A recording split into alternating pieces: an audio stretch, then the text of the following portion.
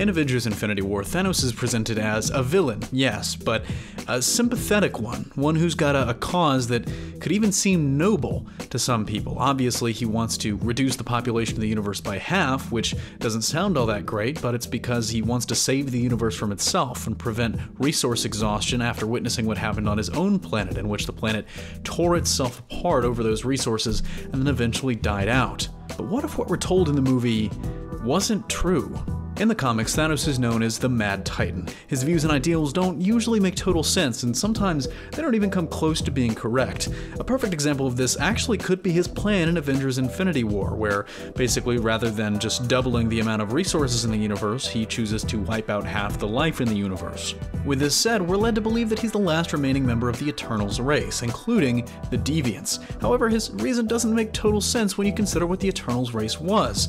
They were cosmic beings born from celestial manipulation with humans, similar to the origins of the Inhumans, which was due to Kree manipulation. The Eternals, for the most part, were an extraordinarily powerful race, capable of multiple superhuman abilities. Think kind of like the Kryptonians, although they can enhance certain abilities over others. The Deviants, a cousin species of the Eternals, also have various superhuman abilities. They were all so advanced that they had genetic engineering and intergalactic travel, while the humans had still yet to utilize agriculture.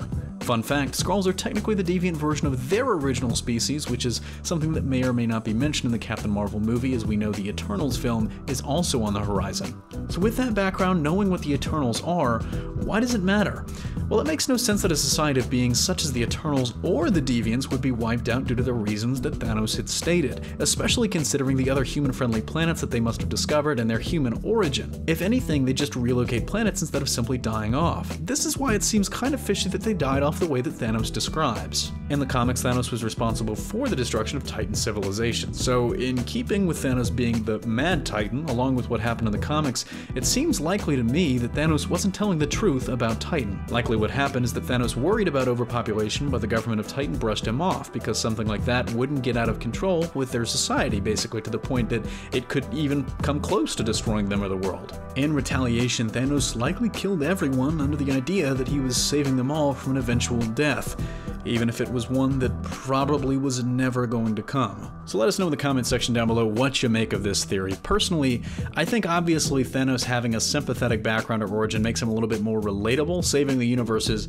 a noble goal any way you slice it, even if it is done the way that he's doing it. But when you look at the facts that he could have simply doubled the resources or doubled the planets or really done anything else with the all power of the Infinity Gauntlet, his story just doesn't quite add up, and so it makes sense that his own mental instability could have played a factor there. That's gonna do it for me here. Thanks for watching. Don't forget to smash that like if you like what you saw, subscribe for more great content every single day, and consider turning on your notifications to be alerted every time we upload a new video. Signing off, this is CJ, and I'll see you next time.